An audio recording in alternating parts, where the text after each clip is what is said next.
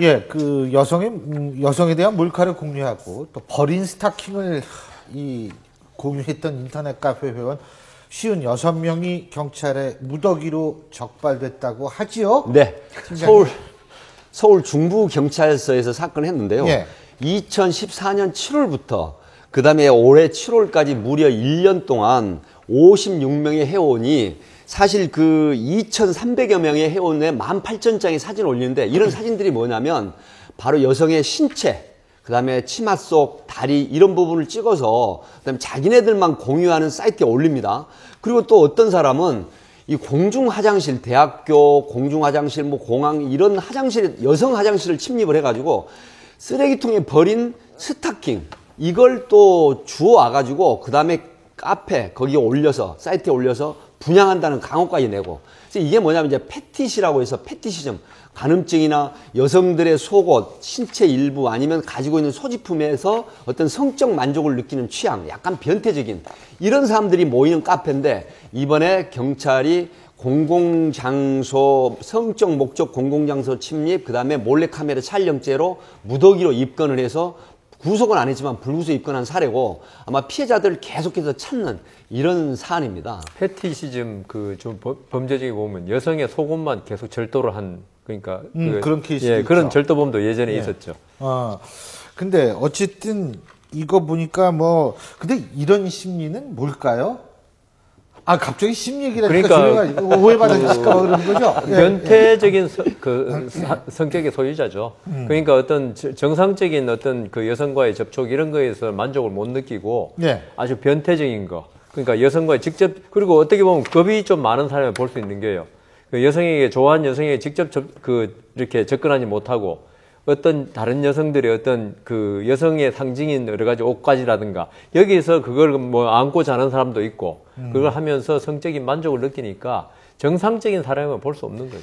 이게 지금 보니까 방금 회원 카페 운영 방식을 보니까 훈련병부터 VIP까지 해서 단계를 뒀다는 거거든요. 그리고 단계를 두면서 그 사람들의 활동에 따라서 이 단계를 아마 높여줬을 거예요. 아마 보통 이게 약간 기여도겠지. 예, 그러니까 약간 젊은 사람들이 게임하는 방식하고 비슷하거든요. 그러니까 계급이 올라가면 더 높은 수준의 어떤 사진이나 또는 음란물들을 공유한다 이렇게 해놨으니까 교묘하게 그런 게임의 어떤 그런 것들을 하고 동시에 어떤 새로운 것들을 자꾸 범죄를 만들어내는 그런 형식이 계속 운영됐던 것 같습니다. 중부경찰서에 의하면은 이제 대부분 그 고학력자들 위주인데요.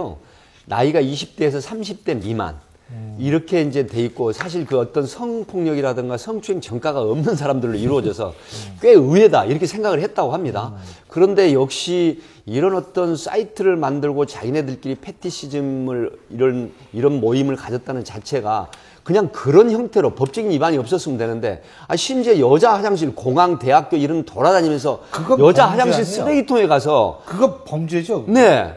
이것도 이제 그 성적 목적 공공장소 침입이 죄가 되기 때문에 이게 이제 성폭력 특별법으로 처벌을 받습니다. 근데 여성의 그 스타킹만 모아가지고 이걸 또 사진으로 게재해서 또 분양 광고를 내고 아주 이거 독특한 취향을 가진 사람들이었습니다. 저는요, 이거 보니까 제가 그 일본 유학 시절에 일본에서도 이 비슷한 사건이 있었어요. 그러니까 요즘 이제 유행하는 말로요. 그러니까 이제 이 초식남이라고 하나요? 네, 그러니까 정상적으로 남녀 관계를 이렇게 해서 할 수가 없고. 그러니까 이게 루저 의식 같은 거 있잖아요. 옛날식으로 하면 선님 이런 그렇죠. 그다음에 이게 아까 얘기한 좀 약간 변태적인 기질에다가 그런 패배주의 이런 것들이 혼합이 되면서 또 내부적으로 훈련병부터 VIP까지 묘한 자기들끼리의 또 경쟁 심리를 묘하게 또 작동시키는 여러 가지 메커니즘이 이게 이제 혼합이 돼 있는 그런 게 아닌가. 그리고 이제 사진을 몰카를 찍다가 경찰에게 걸리면 무조건 빌어라. 그 다음에 즉시 삭제해라. 즉시 삭제해도 디지털 포렌식 수법을 다 복원이 되거든요. 그리고 또 몰카를 잘 찍는 법, 또 대상을 고르는 법, 아주 정말 독특한 취향. 그러나 범죄를 하지 말아야 되는데 결국은 전부 범죄로 이어지는 거였습니다. 근데요, 이게 비공개 카페 아니에요? 네, 비공개 이런 카페. 거는 굉장히 적발이 어렵지 않나요? 예, 실제로 어렵습니다. 하지만은 우리나라 불온 사이트가 한 3,000개 정도 된다고 합니다.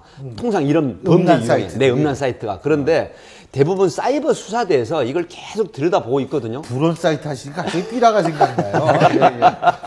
음란 사이트, 야동 사이트 이런 거. 그렇기 때문에 이 사실 각 경찰서의 사이버 수사대, 또 본청 경찰청, 지방청이 다 있는데요. 예. 끊임없이 해도 계속 늘어나고 있는 게 바로 이게 이 음란 동영상 사이트라고 합니다. 근데 이거 피해자가 보상을 받거나 이런 거는 가능한가요? 아니 이게 형사처벌이 지금 받게 돼 있지 않습니까? 예, 그 민사로 들어갈 수 있는 거 아니에요? 그렇죠. 충분히 들어갈 수 있죠. 민사로. 왜냐하면은 이게 이제 결국 프라이버시권 침해죠. 예. 모든 사람은 자기의 개인적인 사생활, 그렇죠. 사생활 속에는 자기의 개인적인 어떤 신체가 자기 동의 없이 노출되지 않을 권리라 그러거든요. 예. 이걸 그대로 침해당한 거 아닙니까? 그러니까 예. 이거는 민법 제750조의 불법행위에 해당하는 거죠. 그러니까 이 사람들이 형사처벌 받는 것과 별개로 손해배상의 대상이 되는 거죠. 그거 해야죠. 네. 이 여성들, 피해 여성들한테 사실 그거 알려주고, 좀 손해배상을 청구하도록 만들어야 되는 거 근데 아닌가 또 생각이 문제는요, 듭니다. 예. 이게 만일 인터넷이라는 제도가 그게 없었으면 이게 과연 이 정도까지 확산됐을까? 그 인터넷에 순기능도 그리고 많지만, 이제 스마트폰 촬영 기능도 이제 사실. 그러니까 그 인터넷의 역기능이 바로 이런 데서 우리 자살 사이트, 이런 그렇습니다. 것 같이 이게 참 폐해를 끼치네. 자,